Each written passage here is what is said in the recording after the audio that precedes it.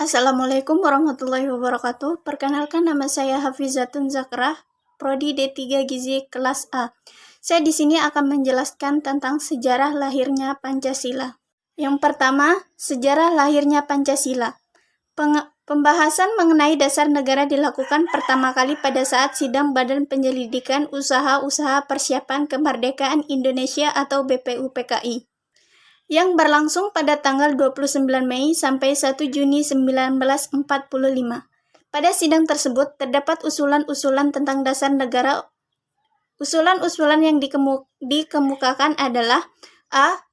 Profesor Muhammad Yamin mengusulkan dasar negara dalam pidatonya tidak tertulis pada tanggal 29 Mei 1945 dalam sidang BPUPKI, yaitu 1. Peri kebangsaan, 2. Peri kemanusiaan, 3. Peri ketuhanan, 4. Peri kerakyatan, 5. Kesejahteraan rakyat. Setelah selesai berpidato, beliau menyampaikan pula usulan-usulan tertulis naskah rancangan Undang-Undang RI. Dalam pembukaan itu tercantum rumusan 5 dasar, yaitu 1. Ketuhanan yang Maha Esa, 2. Kebangsaan Persatuan Indonesia, 3. Rasa kemanusiaan yang adil dan beradab, 4. Kerakyatan yang dipimpin oleh hikmah kebijaksanaan dalam permusyawaratan perwakilan, 5. Keadilan sosial bagi seluruh rakyat Indonesia. B. Profesor Mr. Dr. R. Soepomo, 31 Mei 1945. 1. Paham persatuan, 2. Perhubungan negara dan agama, 3. Sistem badan permusyawaratan, 4. Sosialisasi negara, 5. Hubungan antar bangsa yang bersifat Asia Timur Raya. C. Ir Soekarno, 1 Juni 1945. 1. Kebangsaan Indonesia, 2. Internasionalisme atau Peri kemanusiaan, 3. Mufakat atau demokrasi, 4. Kesejahteraan sosial, 5. Ketuhanan yang berkebudayaan.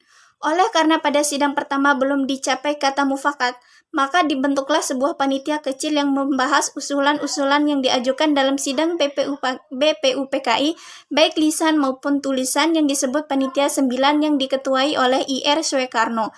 Anggota Panitia 9 sendiri terdiri dari tokoh nasional yang mewakili golongan nasionalisme dan Islam, yaitu Dr. Andes Muhammad Hatta, Mr. A.A. Marimis, Mr. Muhammad Yamin, Mr. Ahmad Soebarjo, Abdul Kahar Muzakkar, Kiai Haji Wahid Hashim, Abi Kusno, Tjokro Soejoso, dan Haji Agus Salim. Panitia 9 pada tanggal 22 Juni 1945 berhasil menyusun suatu naskah yang kemudian disebut Piagam Jakarta, yang di dalamnya tercantum rumusan dasar negara sebagai berikut. 1. Ketuhanan dengan kewajiban menjalankan syariat Islam bagi pemeluk-pemeluknya. 2. Kemanusiaan yang adil dan beradab. 3. Persatuan Indonesia. 4. Kerakyatan yang dipimpin oleh hikmat kebijaksanaan dalam permusyawaratan perwakilan. 5. Keadilan sosial bagi seluruh rakyat Indonesia. Lalu, dengan beberapa pertimbangan dan pembahasan ulang, maka sila pertama pada Piagam Jakarta diubah menjadi Ketuhanan yang Maha Esa. Dengan demikian lahirlah Pancasila yang menjadi dasar negara Indonesia hingga saat ini. 2. Kedudukan dan fungsi Pancasila di negara Indonesia. Fungsi pokok Pancasila adalah sebagai dasar negara. Selain fungsi pokok tersebut, Pancasila mempunyai beberapa fungsi lagi, yaitu 1. Pandangan hidup bangsa Indonesia, yaitu dijadikan pedoman hidup bangsa Indonesia dalam mencapai kesejahteraan lahir dan batin dalam masyarakat yang heterogen atau beraneka ragam. 2. Jiwa dan kepribadian bangsa Indonesia. Artinya, Pancasila lahir bersama dengan lahirnya bangsa Indonesia dan merupakan ciri khas bangsa Indonesia dalam sikap, mental maupun tingkah lakunya sehingga dapat membedakan dengan bangsa lain. 3. Perjanjian luhur. Artinya, Pancasila telah disepakati secara nasional sebagai dasar negara tanggal 18 Agustus 1945 melalui sidang PPKI atau Panitia Persiapan Kemerdekaan Indonesia. 4. Sumber dari segala sumber tertib hukum. Artinya bahwa segala peraturan perundang-undangan yang berlaku di Indonesia harus bersumberkan Pancasila atau tidak bertentangan dengan Pancasila. 5. Cita-cita dan tujuan yang akan dicapai bangsa Indonesia, yaitu masyarakat adil dan makmur secara merata material dan spiritual yang berdasarkan Pancasila. 6. Sebagai ideologi terbuka. Pancasila sebagai suatu ideologi tidak bersifat kaku dan tertutup, namun bersifat terbuka. Hal ini dimaksudkan bahwa ideologi Pancasila adalah bersifat aktual, dinamis, antisipatif, dan senantiasa mampu menyesuaikan dengan perkembangan zaman. Keterbukaan ideologi Pancasila bukan berarti mengubah nilai-nilai dasar Pancasila, namun mengeksploitasikan wawasannya secara lebih konkret, sehingga memiliki kemampuan yang lebih tajam untuk memecahkan masalah-masalah baru dan aktual. Sebagai suatu ideologi yang bersifat terbuka, maka Pancasila memiliki dimensi sebagai berikut. A. Dimensi idealistis, yaitu nilai-nilai dasar yang terkandung dalam Pancasila yang bersifat sistematis dan nasional, yaitu hakikat nilai-nilai yang terkandung dalam 5 sila Pancasila: ketuhanan, kemanusiaan, persatuan, kerakyatan, dan keadilan. Maka dimensi idealistis Pancasila bersumber pada nilai-nilai filosofis, yaitu filsafat Pancasila.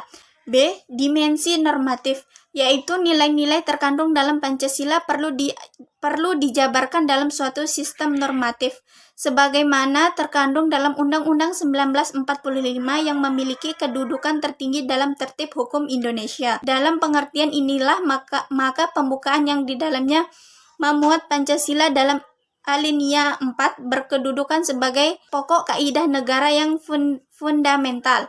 C. Dimensi realistis. Suatu ideologi harus mampu mencerminkan realistis yang hidup dan berkembang dalam masyarakat. Oleh karena itu, Pancasila selalu memiliki dimensi nilai-nilai ideal serta normal. Maka Pancasila harus mampu dijabarkan dalam kehidupan nyata sehari-hari, baik dalam kaitannya bermasyarakat maupun dalam segala aspek penyelenggaraan negara. Berdasarkan hakikat ideologi Pancasila yang bersifat terbuka yang memiliki 3 dimensi tersebut, maka ideologi Pancasila tidak bersifat utopis yang hanya merupakan sistem ide-ide belaka yang jauh dari kenyataan hidup sehari-hari. Selain itu, ideologi Pancasila bukan merupakan doktrin belaka karena doktrin hanya dimiliki pada ideologi yang hanya bersifat normatif dan tertutup. Demikian pula ideologi Pancasila bukanlah merupakan ideologi pragmatis yang hanya menekankan segi praktis dan realistis belaka tanpa idealisme yang rasional. Maka ideologi Pancasila yang bersifat terbuka dan hakikatnya nilai-nilai dasar atau hakikat sila-sila Pancasila yang bersifat tetap, adapun penjabaran dan realisasinya senantiasa dieksploitasikan secara dinamis, terbuka, dan senantiasa mengikuti perkembangan zaman.